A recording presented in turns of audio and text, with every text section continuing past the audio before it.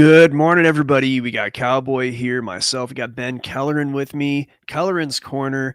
Do us a favor, look in the description. We got a couple of nice goodies in there. First of all, our paid sponsor, Algo Factory.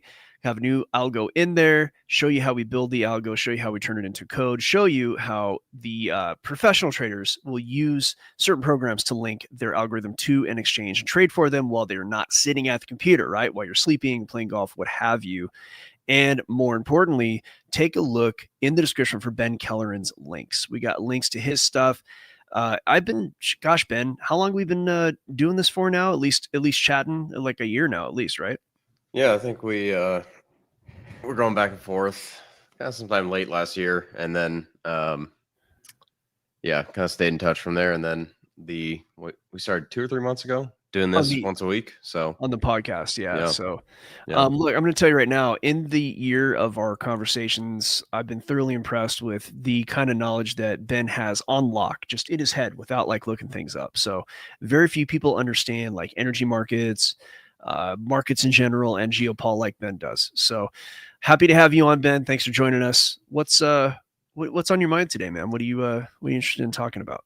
Actually, I was thinking we could chat on health insurance and EBT, SNAP benefits, all the stuff you've kind of been seeing. But the health insurance topic is something that's pretty interesting to me because that is like you kind of separate out the economy into like people that produce stuff or make stuff, provide services, and parasites. And you see what's kind of happened to health insurance in this country over really in my lifetime. It's gotten a lot worse, but you kind of look at health insurance and that's a big example of a parasite on the economy. So I think it'd be interesting topic to get into that, and we can kind of poke around, share some screens, do all that stuff. But I can tell you that that's a subject that is near and dear to mine and V's heart, and we're to use a corporate term, we're aligned on that one. In fact, V the Gorilla is with us. How you doing, V? Hey, good guys. How you guys doing? Doing good. Just I think you caught what Ben was saying there. Just talk about the parasitic nature of the way that health insurance and other things are, food stamps and whatnot are set up. And yeah, let's get into it, Ben. I mean, the way I look at it without getting too far into it, these are things that shouldn't cost a lot of money and somehow end up costing a lot of money. So what do you have, Ben? Where do you want to go with that? Well, that's a big part of the grift. Like there's a bunch of different groups that feed at the trough on healthcare, whether it's the insurance companies or hospitals. And this was kind of one of the tweets that blew up as far as some politician, what's her name, from Minnesota, was tweeting about, oh no, like the boomers are going to have to travel less because they're basically government handouts for healthcare are not going to be coming in to save them. So that's an extra $15,000 a year they can't afford. It's like, okay, like maybe cut back on the cruise ships first. But you kind of see, and this is something that I saw, not because I was in the hospital or medical side at University of Washington, but UW gets a shitload of money for research grants, all the different topics there. And it's, I mean, you see the hospital and it's like, yes, you need some sort of funding mechanism, but it turns into kind of a system we have today that just kind of leads to, right? Healthcare should not be the largest employer in the US, bro. It's just absolutely nuts because it basically, right? It's not productive, right? It's like maintaining your car type deal, right? Should like the whole, like, should we be focused on building more better cars, or should we be focused on like maintaining the engine of the current car, right? That's kind of the way you can look at it, to use an example. But as far as the healthcare side of stuff, like you look at, right, the fentanyl, the opioids, and what doctors do, right? we don't need to get sidetracked on what's happened just in the last 5 years with a certain experimental juice, but right, you kind of have all these different things. And I think that's why trust in kind of healthcare and doctors and insurance is going down. And I don't know about you guys, but in my current situation, it just does not make sense to pay into that system where, like, I know most of my like so-called premium would basically just be going to subsidize old and fat people, right? Yeah. And people with like families that can't support them, or subsidizing, right? Whether it's the tax, it's not just like insurance too. It's also the tax system where a lot of people, right, that have jobs and insurance pay out the ass because a shitload of people don't pay at all, right? And that's where it gets frustrating because it's like, oh, illegals can't get they can't get insurance benefits or handouts. It's like, okay, like how naive do people think we are? But right, average cost for a family plan is now $27,000, right? Mhm, Yep. mhm. Nuts. And right, this is where I think if people realize how much of a drag on the economy this is, like this would actually be a real solution for, Crazy. hey, how do we kickstart and grow like real wages for people trying to get started? And it's like, well, first of all, you need to get healthcare out of, like, basically remove the ties to employment, right? The fact that we basically have a system where employers are forced to effectively pay for health insurance, like it should have nothing to do with um, job prospects or anything like that. But we've kind of gone off the rails there, and it creates all these incentives for businesses and different. Like I kind of saw it firsthand from working in the family business for on and off for a couple of years, and it just is not a it's not something like you'd set up from scratch and say this is the best way to run this, you know. And you kind of see as right, this is where you can like bag on the boomers all you want for costs and stuff, and it's like, oh, I didn't have an iPhone, you have an iPhone, so it must be better now. But you look at all these different things, one of the things you'll notice about tuition and fees for college, medical care, housing, right? All of those are basically propped up by various forms of government intervention, right? Yeah. Can I jump in on this? Yeah, go for it. So if you and I don't want to take away from your discussion around insurance premiums and how that works, so I'm going to move it very briefly over to the college Yeah. situation. So look, whenever, like when I went to buy a house, I went to borrow money. They looked at my income and my business, and they determined that I had the ability to pay that off. Right? That's how loans work in the real world. But for some reason, they'll give student loans to anybody based on nothing. Like you'll get a student loan to go learn, as V would say, gay art therapy. And Hey, have man. no chance. I have a master's degree. You do. And master is part of the name of the degree, but let's not go there. Let's not ruin Ben's show by being too gross. Like I just did. So you have to wait until we're like 5 minutes from being done to start going off if the we rails. start doing the but when you subsidize a whole sector like that, when you have a university, well, what's the STEM degrees are like, what, 15% of degrees or less in university. So what, let's just say that it's 15. I think it's around there. 85% of degrees have very little prospect of creating income to pay off the loans that cover those degrees. So you're effectively subsidizing the entire university apparatus. And so all these people, 85% of people get $100,000 to go get a degree that does nothing, and they'll never be able to pay it off. And then who gets saddled with that debt? Well, we all do. They do. We do. It's a huge drag. And that's where, Ben, like what you're saying, like that's the grift. The grift is that in that scenario is that subsidy. So the grift might be a little bit different in healthcare though. So I'll stop talking and let you kind of go back to what you're saying. I appreciate that. Yeah, no, on the college thing too, right? People will say, "Oh, you should be able to discharge it in bankruptcy," but I think the reason, from what I've heard, and this is kind of like secondhand, um, from a podcast. Apparently, there were like a bunch of lawyers that were basically getting a full legal degree and then turning around with no intention to pay and basically discharging it with legal shenanigans. So they kind of ruined that for a bunch of different people. But I think it's something where, right, if you have endowments and you have government funding for a lot of this stuff, right, it should go back to being a lot closer in price to what it was maybe 50, 60 years ago, where it's, right, a kid can afford to pay for college on a summer job. And part of that's like the wages haven't kept up with inflation, but part of that is the spiraling cost because we decide, oh yeah, it's a great idea to take in tens of thousands or hundreds of thousands of international students instead of focusing on educating the people we have here.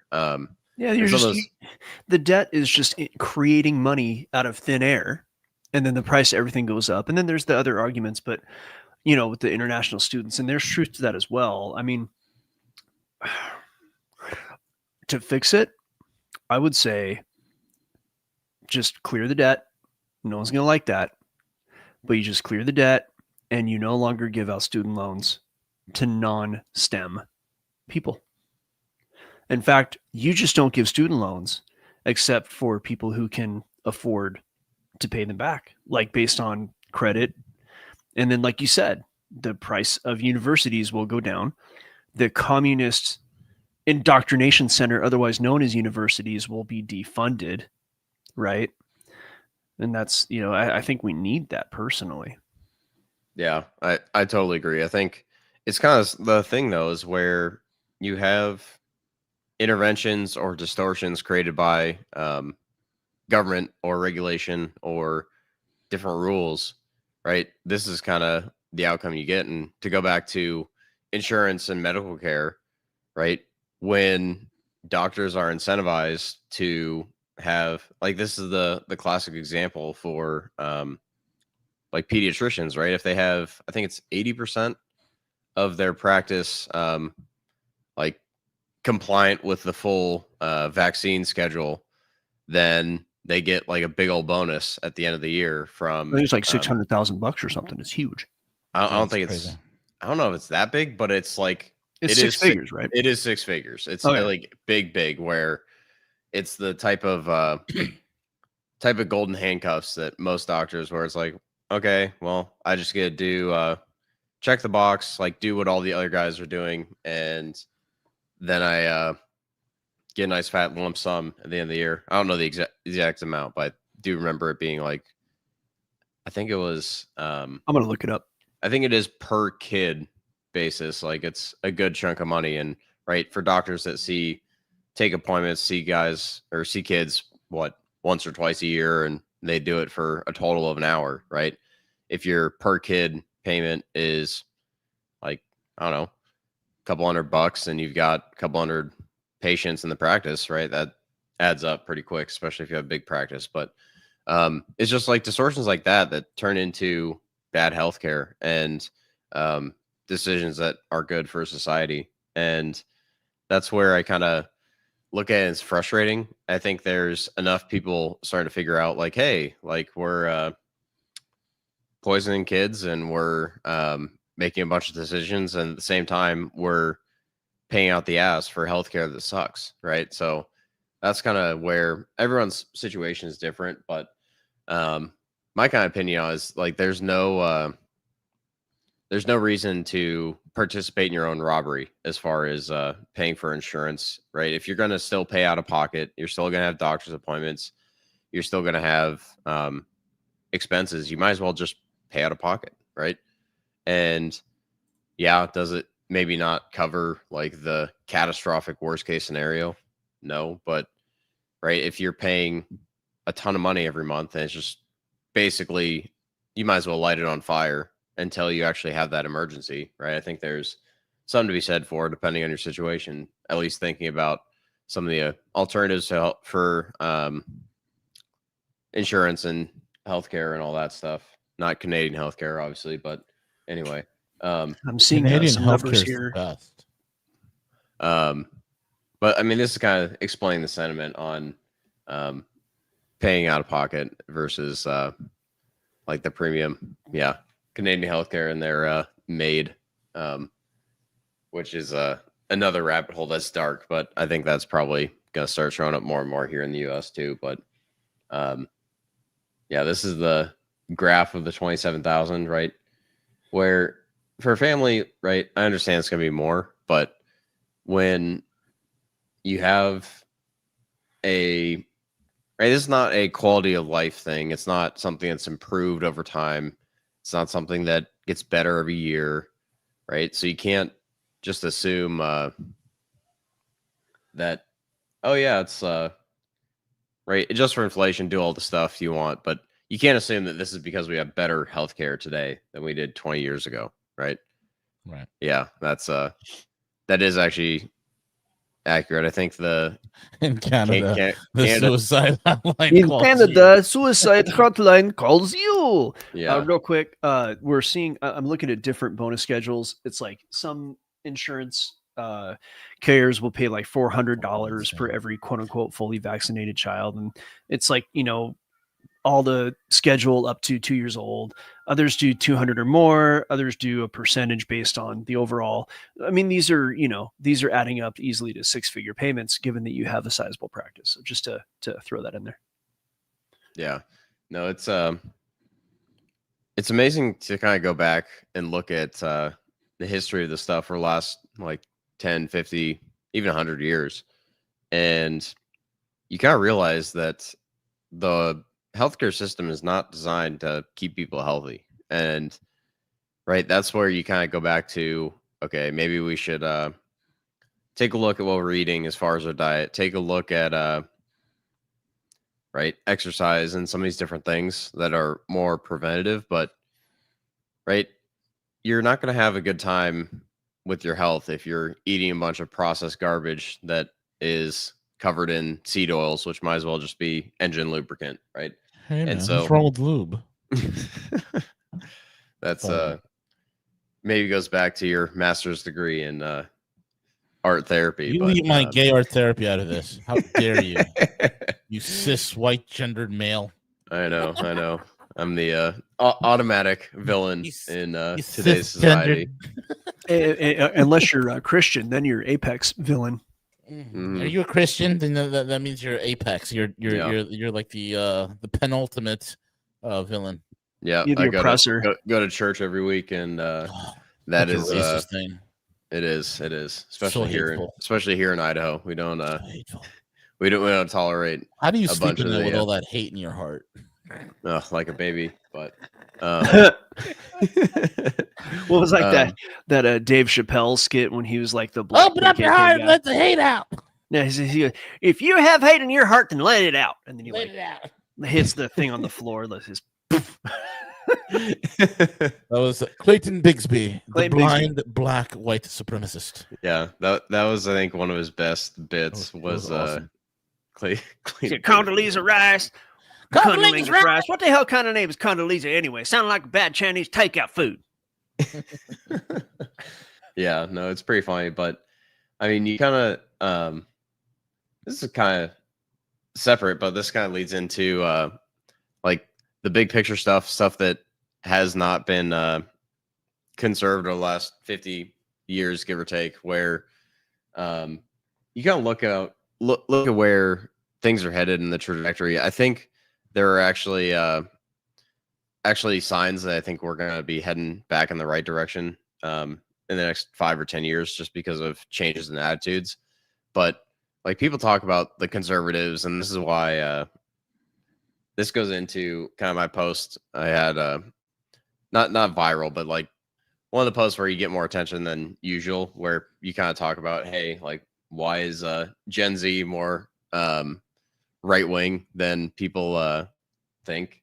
And it's like, look, they're basically saying on average that Trump is too far to the left and not solving things quickly enough. But when you look at the conservatives' past, it's like, okay, you didn't do much to like stop immigration. You didn't do much for like all these different cultural issues. I think you're wrong here, Ben. I think the real issue is that I did too much, but for Israel. Yeah, I mean that is a rabbit hole. Someone if you has go to down. do something in Gaza. We get free healthcare for everybody in Israel, don't we? Yeah, I mean, I there's believe that. they do. Actually, I don't think I'm joking. That's No, I think there's a bunch of stuff that we there's a lot of subsidize stuff for that- Israel, and that it's 100%. just nuts. But this is one where people don't realize how big of an issue this is until you like watch the place you grew up in. Like the demographics can completely change. But it's like there's a bunch of things where if we go back and hit the undo button on like women voting and civil rights and immigration How dare you? and all this other stuff, I think people would be Why are you afraid of amazed women at like like what do you know? It's a high trust, mostly homogenous society. Like that would be great. So voting? I mean it's too late now, but this is the welfare use by different Nativity? groups, and it's pretty high for illegals and immigrant households. So it's kind of the same thing where there's a map in here somewhere. Where is it? well, it's really simple. Like when people want to Yep, come here it's- for a better it's- life, that's one thing. When people come here for free shit, that's another. Well, their view is free shit is the better life. So that's Well, I mean, yeah, Yeah. you get what I'm saying. Like, if they want to come here and there is no free shit, but they want to work for a better life, like I'm open to that conversation. But Yeah. if you don't belong here, then you don't get free shit. yeah, 100%. I think well, that's the thing is like you can't have a bunch of handouts and have open borders, right? You can't, right? There's societies and economic systems where like taxes are ridiculous, but has been mostly functional because they don't like let people in. It's just like we're here and this is our culture and we decide how we're going to redistribute things, but it's for kind of the so-called greater good of the people, right? But this is a funny map where people like talk about, oh, look, it's all the Republican states. It's like, no, it's every map ever. But right, having 40 million people on food stamps, right? There's one, I think it's this one. Like Walmart, like apparently they immediately sign up their employees or new employees for SNAP benefits because they pay so little, and It's terrible. that's bro. right. Amazon too. If you cut that off, apparently they would you know what be you in need deep to shit. make? I don't know who it was, but it just shows you like in terms of like real wages haven't kept up with anything. You know, hasn't kept up with the cost of living, inflation, all that, and so forth. You need to be making $49 and change just to live okay in like California. Yeah, to like own a house and raise a, and there's something not even just to live. That means you have maybe a 1 or 2 bedroom apartment, and you're okay.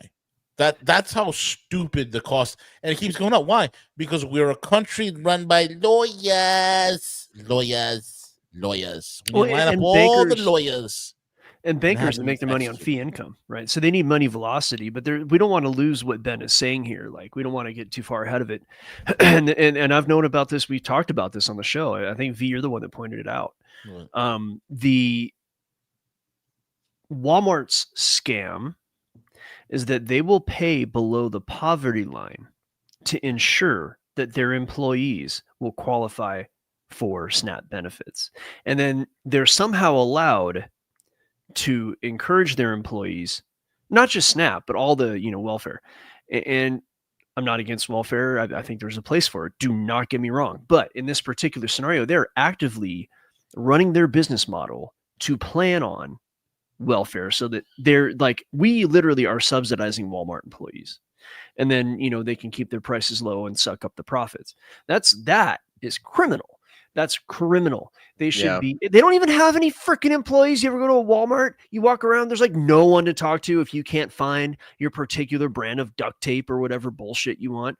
You can't fucking find it. Excuse my language. And when you can, it's because you looked on their application. So they've automated almost all of their whatever they're doing for their employees. It's not like they have a ton of employees that are doing anything, right? So oh man, it's criminal. We should not be subsidizing their employees. It isn't that big of a chunk for them anyway. You know, I'm sorry. That's just one of the and Amazon, I believe, does the same thing, and I take major issue with that. And I think that anybody involved in that should be absolutely prosecuted for fucking fraud, for tax fraud. That is wrong. Yeah, I kind of disagree a little bit on what you're saying is like understanding why we should have welfare, any of these handouts. I think it'd be better off of like better system, better way to do it. I think would be cut it off completely and have charity step in and fill the gap where they can, and other people will have to get jobs. Oh, right? you and I don't disagree there. We're talking about an end result, though. I think the path to that is not like flip a switch. Yeah, You know, I it's don't know. I think it's at some point you have to rip the Band-Aid off and just like let it rip on some of these issues because there's no. so there's you're so no, right like, about this, Ben. You're right about it. But I'm so sorry to like write over you with this. The problem we have in this country is that the politicians are only concerned about what happens in 2 or 4 years. If we were in like, and I know China bad, but if we were in a place like China or even Russia, where you have the same leadership for 20 years, they would have the capability to incrementally change things because they'll plan over decades, but we don't have that. So my idea of incrementally changing that is like making your idea more correct about ripping off the Band-Aid, because ripping off the Band-Aid is the only way to do it. But then again, what happens in 4 years with the new people that come in? They're going to put that Band-Aid right back on and make it worse. So, you know, it's the problem is systemic unless whoever is backing Trump stays in power for like 30 years, you know? So I'll stop talking now, though. I know I totally interrupted you, but it's all good. It's yeah. It's one of those things where this is where I go back to like high level, like form of government, where I keep saying, hey, like, this is why I think we're going to get a Caesar figure, is because if you can't make some of these fixes that everyone, like, right or left, like, doesn't matter if you are right aligned with me on politics. I don't think there's anyone that will say, yeah, our healthcare system works great, right? Totally functional. Like, this is something that should not be that difficult to figure out, right? If you're looking at it and starting from scratch, you probably, right, if you want to have just a general doctor, right, and it's not insurance, it's just, right, if he could find 100, 200 people in a city like Boise, basically is on call or able to be contacted anytime, and you pay him $10 a month, $20 a month, whatever, right? And you can go in and get prescription. Like, there are ways to do this without like the healthcare insurance parasite, like, leeching off, right? The fact that what's the name of the company? United Health, right? You look at, even since it's gotten killed in the last 6 months, right? Starting to pick up again, right? The fact that United Health is a $330 billion company, and all they do is basically leech off the system, and the stock's up, what, 15 times in the last 15 years. And nobody wonders why Mangione did what he did. Well, that's the thing, is like, there's a bunch of stuff where you kind of go down these different rabbit holes and different topics. And right, if you had a group of people in power, or a Caesar figure, or a king, a monarch, like, basically, if you just had people ruling in the best interest of the country and the people, none of this would be set up the way it is, you know? And it's just frustrating to kind of like look at it and see how all this stuff's developed. There was one other, I thought this was funny. There was this is the food stamps thing, but the last one is Matt Bracken, who I am actually probably gonna try and reach out to get him on the podcast. But this was one of the favorites I saw, where it's like, okay, no change then. Like, and this is where like you're kind of saying, there's different things that have kind of happened where, right, we need assets to keep going up. We need all these different things to stay in place. We need to keep kicking the can. We need to make sure that we can continue to go down this route. And like, there's what's the name? Luke Groman has kind of talked about how like the level of the S&P is kind of turned into a matter of national security, right? It's crazy. And it's just it's he's right. Yeah. But it doesn't mean that I like it or I'm thrilled about that idea. But right, if you kind of think about, hey, who benefits from the system, it's like, look, it's not easy for a lot of people to start from scratch, but right, if you're basically saying, all right, if you want to get ahead, you have to own something that is going to protect your purchasing power, and that can be a business that you're building privately. That can be different stocks. Not that I like the valuations on most of the big companies, but there are different ways to go about it. But just to be perfectly honest, like if you're sitting on a bunch of cash in a checking or savings account, right, there are better ways to put that to work. So like, it's just kind of it's tough conversation on a bunch of these things, but there are a lot of distortions and a lot of things that the US needs to fix. And like, I'm still optimistic we can do it. There are some things that are going to take longer than others, but there's some things that can get fixed as soon as enough people have the political will to say enough's enough. Like, I'm not interested in feeding the parasites. I'm not interested in paying for healthcare. I'm not interested in doing some of these different things or participating in certain systems where, right, if you start to opt out of these things, you're going to be right, once it hits a critical mass, there's going to be changes that have to happen, right?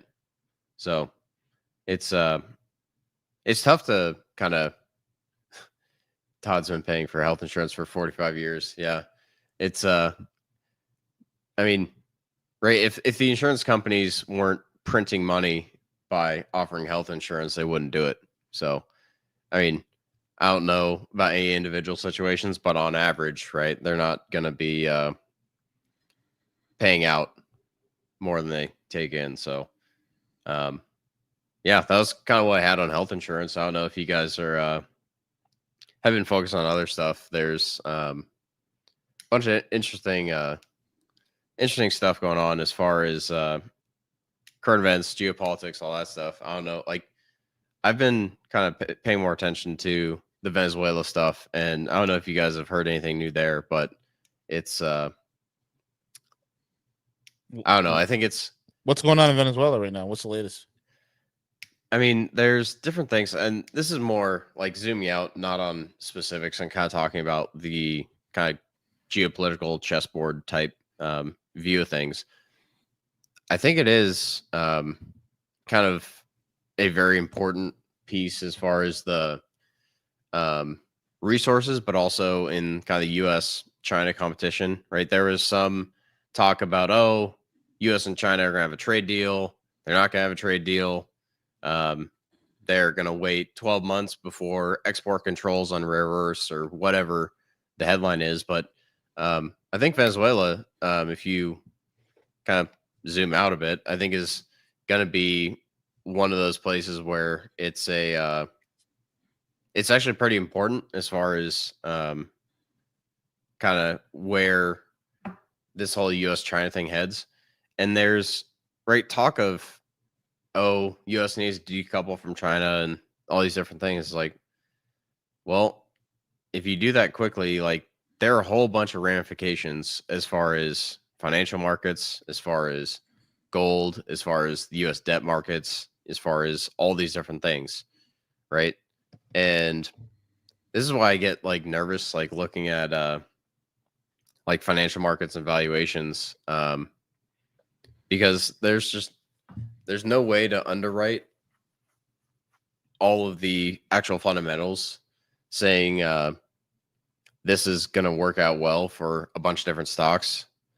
And I think basically it's turned into people are expecting good returns because number goes up because passive money and all these other distortions keep flowing in. But I don't know where all that stuff leads. It's kind of long ramble on a lot of these things are interconnected.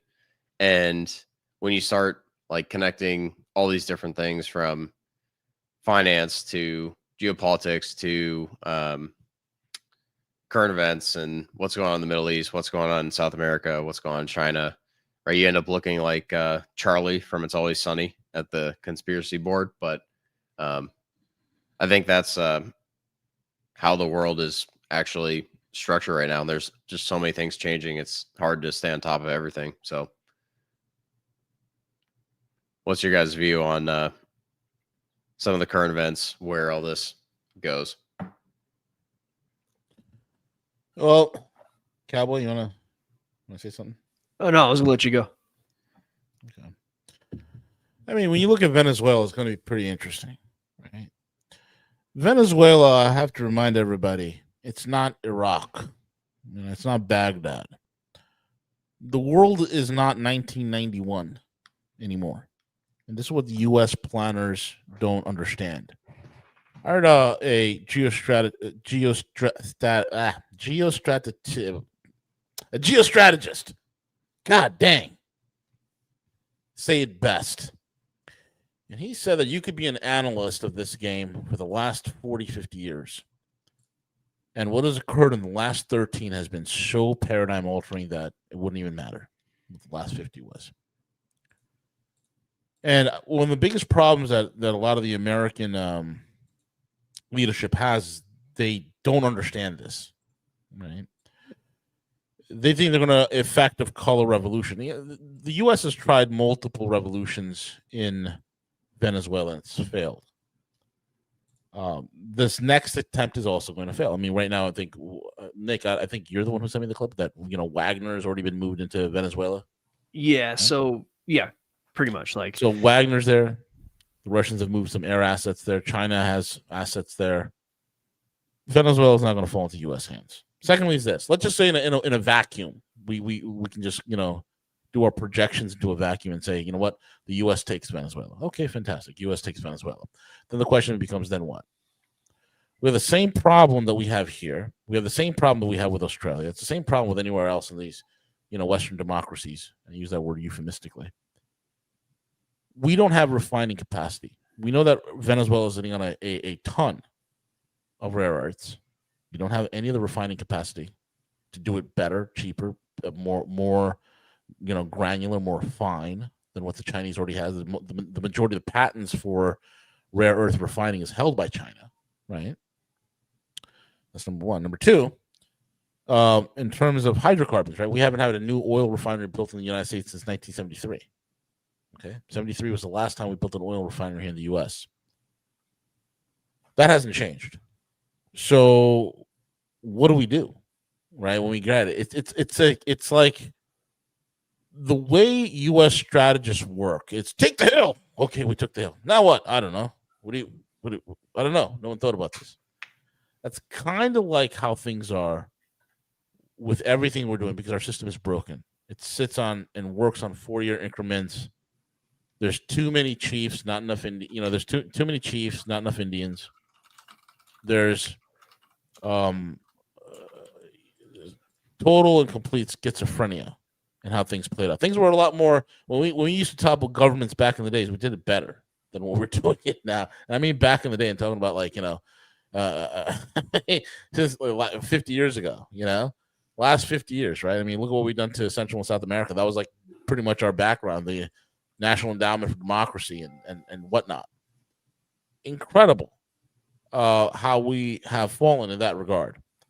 So I don't know, man. I think I think we will continue the way of the rescinding empire And I think, which is a good thing, because maybe we can start focusing more and more on the problems here and start fixing it so we can become a great nation among great nations.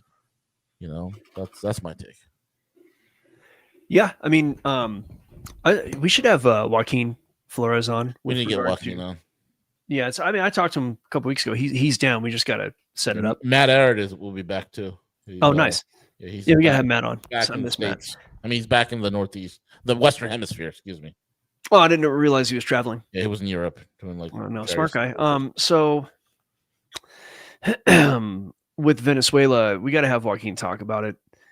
So Chevron has interest in it.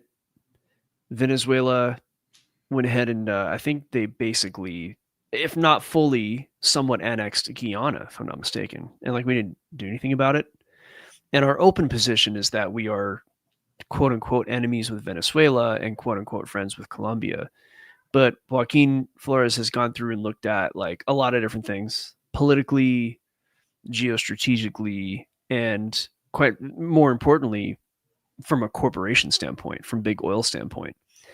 And it does appear that Trump is going to okay, it looks like we're going against Venezuela and we're sending all these ships and all this stuff. And, there's pressure and you never know about, what do you call it when your plan is to have no plan, ambiguity, strategic ambiguity. Mm-hmm. But it does appear that Chevron's planning on doing a lot of business in Venezuela and having some control over that oil. And there were initially agreed upon statements made between Trump and Maduro, where, Maduro said, hey, you can have our resources. We don't want any problems. And then, Trump said they said that, but then somebody from Venezuela said they say, okay, we didn't say that. And everybody's flip-flopping and all these things. But it appears that whatever's going on down there may end up getting resolved in an unexpected manner, in that Chevron and then by proxy ExxonMobil might be doing business in Venezuela. My understanding is that the refineries in the U.S. switched over, and I don't know if Vela said this, but we started switching over to a different, I might have long ago, whoever it was, where our refineries were retooled to do more like light sweet, and this heavier oil that's in Venezuela with all the sulfur in it. We can't, our refineries are not tuned for that at this point. So even if we were to get a piece of that, what are we going to do? Where are we going to send it? You just commented on that, V. I'm just kind of, giving a little more technical look on that. Yeah. It's just, so many things have to change from a top level. And this contributes to Ben, your strongman type theory, that we just need to really take the EPA and put it through the wood chipper where it belongs. And just start building refineries and just make it happen. We have more oil. We are still the single largest oil producing country in the world.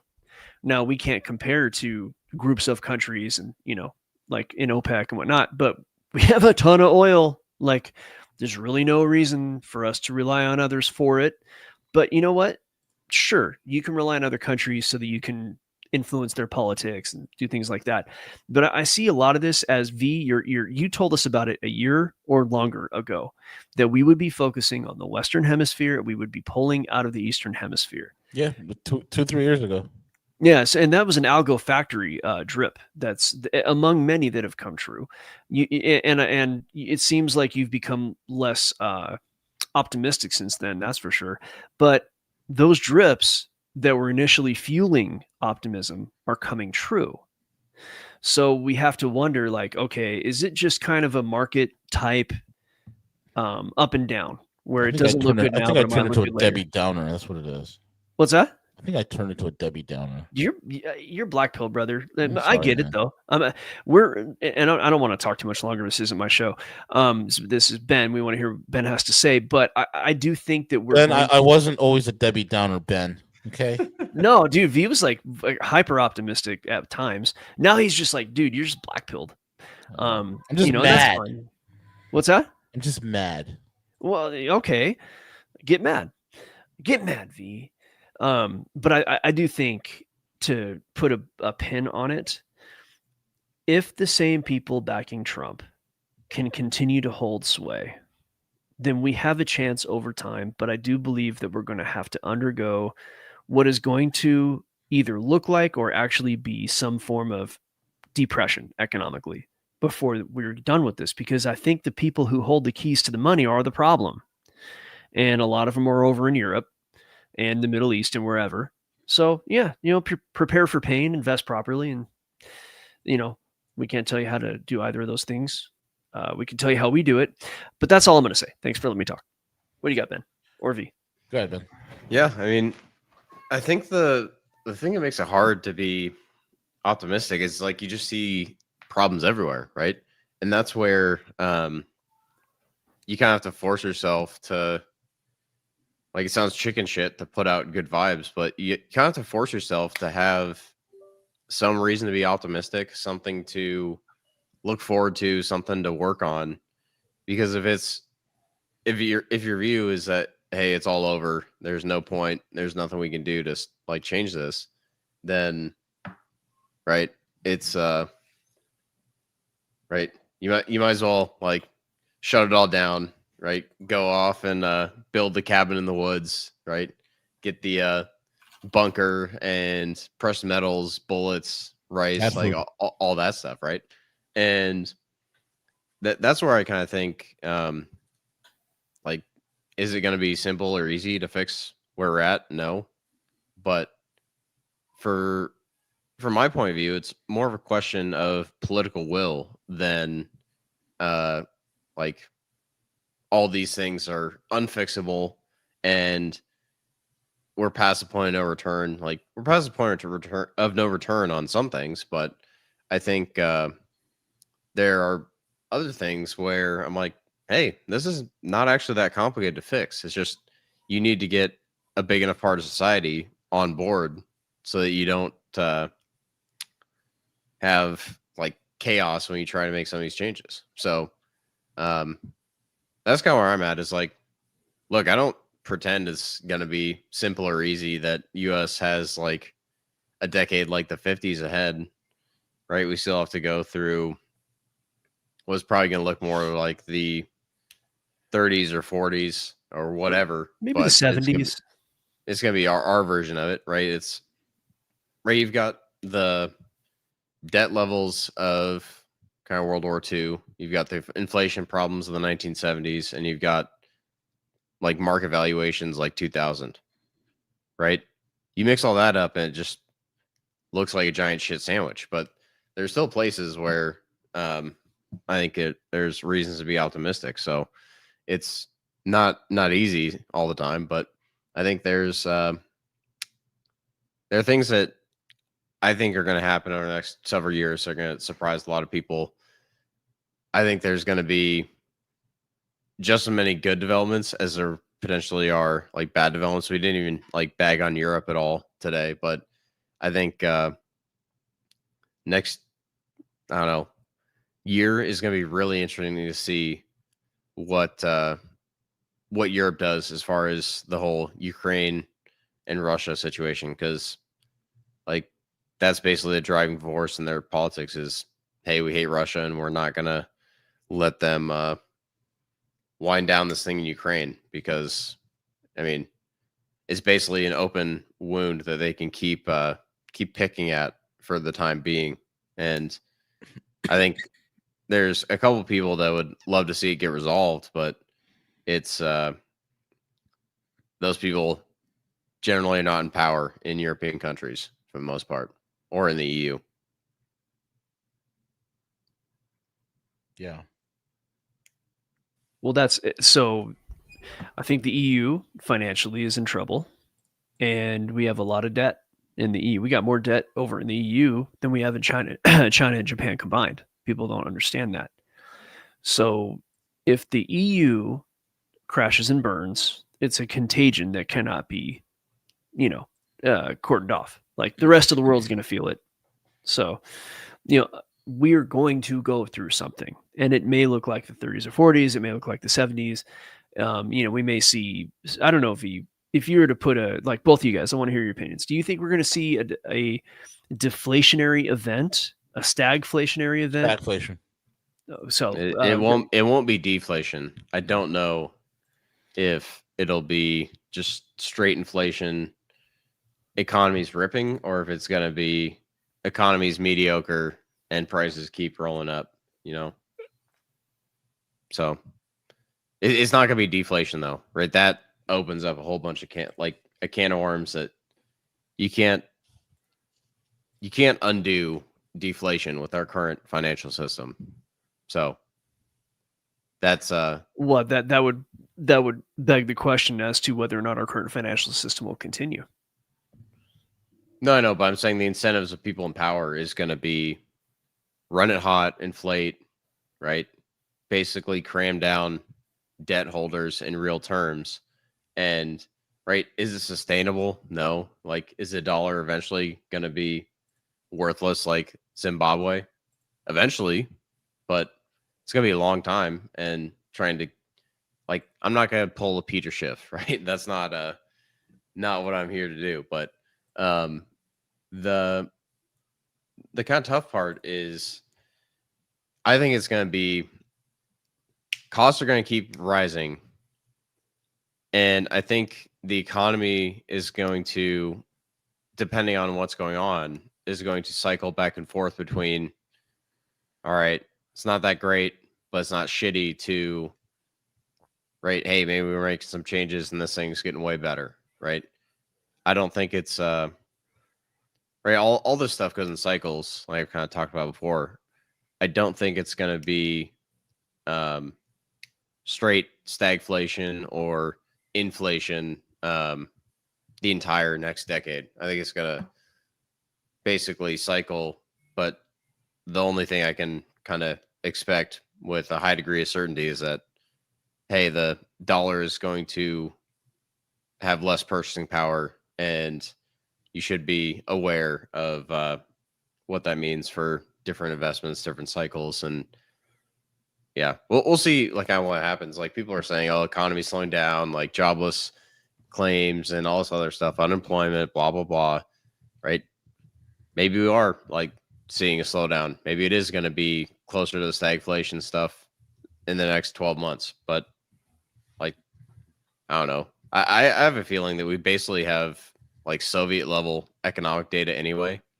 And so trying to say CPI and inflation is at 3 or whatever they said, unemployment's at this, it's like, I think unemployment is actually way higher, but they don't count people that are not actively looking for work. So yeah, they've been changed. I don't know what the latest metrics are, but if you have been unemployed for 6 months, you fall off.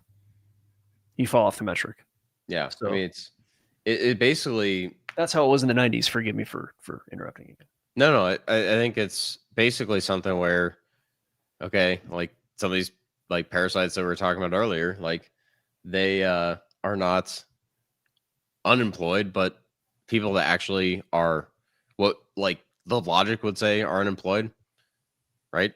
It's not 4%, 1 in 25, right? I don't know if it's 10, but it's higher than 4, right? So, right, and that's like the unemployed definition of not having a job, not like the government being shysters and trying to monkey with the stats by saying, oh, if you've been unemployed for a certain amount of time, or you stopped looking for a job, or you have other disabilities or whatever, right? That like unemployed, the way most people look at unemployed is like, do you have a job or not? Like, do you work or not? Right.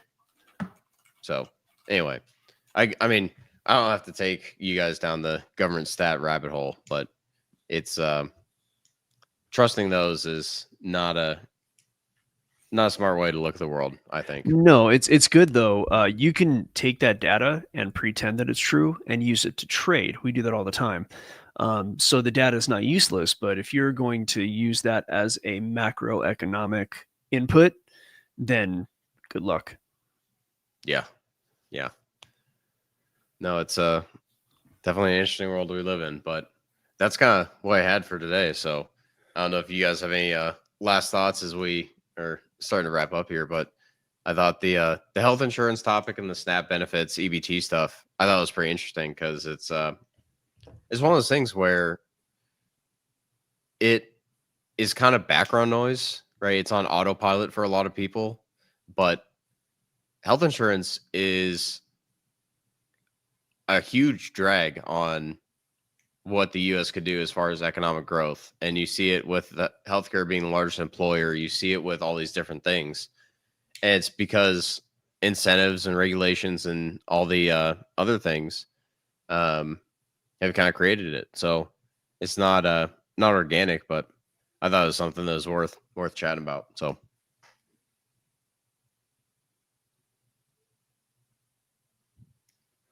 Well, I'm with you. I think that some of the solutions to what you're talking about, as far as, the health insurance and welfare and things like that, there's what we think would be best, and then there's what's realistic. Yeah. And then there's, on top of that, we have a very quickly changing landscape when it comes to like automation. So, like Amazon is probably going to have robots doing all the humans' work. Like, there's going to be a time, probably within a few decades, where pretty much all the regular jobs are done by robots. And that's probably going to include a lot of tradesman work. And there's always been the argument that, automation just creates like new jobs that, have to support the automation. Well, I would point to these, quite frankly, amazing and at least 2 generations advanced factories going on over in China, where the robots come out of the floor and build literally everything. Humans are not involved. The lights are not even on because robots don't need lights.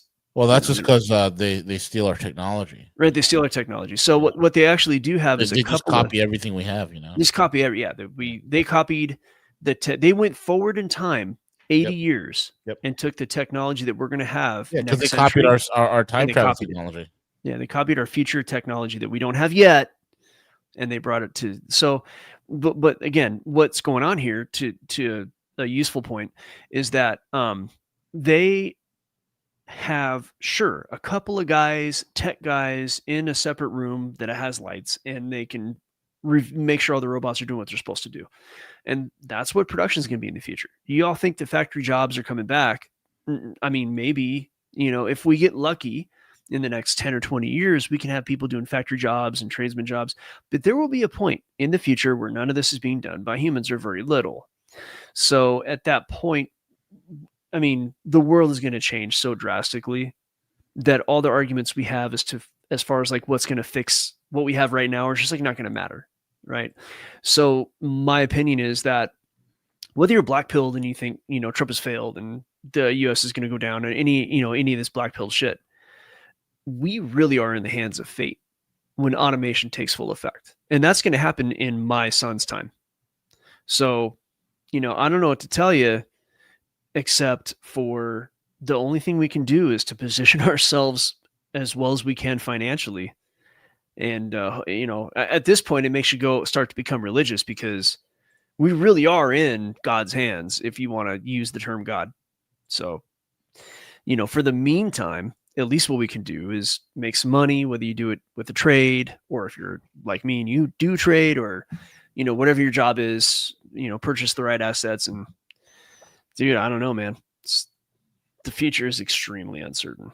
So, yeah, I mean, it always is, but at the same time, there's enough that's happened, and the current situation does look, I think, pretty precarious. So it's like there are reasons to be optimistic, reason to be pessimistic, but there's certain things that have been going on for a long time that I think are going to come to a head in the next 5 or 10 years, and probably sooner. So definitely makes sense to be prepared and have a little bit of a plan as far as right. I'm not saying bunker and bullets and all that stuff, but being having a little bit extra food on hand and having a little bit extra water, like all those different things, it's worth doing. Better to have it and not need it than need it and not have it. So for sure. We got my friend Short Bus in the audience. There's plenty of jobs that machines can't do. I would add to that and say yet. There are plenty of jobs that machines can't do yet. Yeah. We'll leave it at that. Yeah, we'll see where all this stuff goes, but I think it's lots of interesting stuff going on. Lots of stuff to talk about. Lots of stuff to pay attention to. So, V the Gorilla. Nick the Cowboy. You got are we just full of crap, or do you think we're making sense over here? No, I think it's in the wild blue yonder. There's robotics is going to make a major impact on a lot of different trades. I don't know how much of a like plumbing, electrician work. I mean, I Eventually. don't see that. Yeah, it's a possibility. It's a possibility that eventually, maybe in 20 years, maybe 15, 20 years, you'd have the problem is scalability. China's got robot linemen right now. Yes, that is true. Well, let me just take back what I said. Eventually, I mean, I look at us and I look at what they're doing over there, and they're like, oh fuck, they already got like robot linemen putting up power lines and shit. So, all right, so I don't know what they're gonna do here. I mean, there's gonna be a loss of jobs. I think I don't know. I don't know what the answer is. Yeah, no one does. I'm But just I think a gorilla. we just kind of like, go with the near term, and yeah, sure, you're not going to have any robots doing drywall or anything here in the US. Like, there's always going to be those jobs, but the best thing gay art therapy is something that it could be a viable thing for the future. Gay art therapy is something that AI and robots just don't do yet, I don't know if they'll ever be capable of doing that. Yeah, exactly. So you want a robot-proof job? You want a recession-proof job? Gay art therapy. Yeah, there you go. You just gotta go to the right part of the country. End up in San Francisco. Dude, I just had an epiphany. What? Just had an epiphany, guys. You know how we make fun of Harvard for their class, what in the butt? Oh yeah, like that. We should make fun of them. They are forward thinking. They know that that's gonna be the only thing left. This is true. Robots don't have they don't have a rectum. So, what in the butt and gay art therapy can be the future. Yeah, this whole time I thought they were just being woke, but it turns out they're actually forward thinking. I wish I'll take back everything negative I said about the Ivy League system. See? Yeah, negative. Learn something just kidding. new every day, Cowboy. Yeah, it wouldn't be one of our shows without going off the rails at the end, would it? No. Never. Yeah. All right, gents. With that being said, folks, we are at the end of the show. Take it away, Cowboy.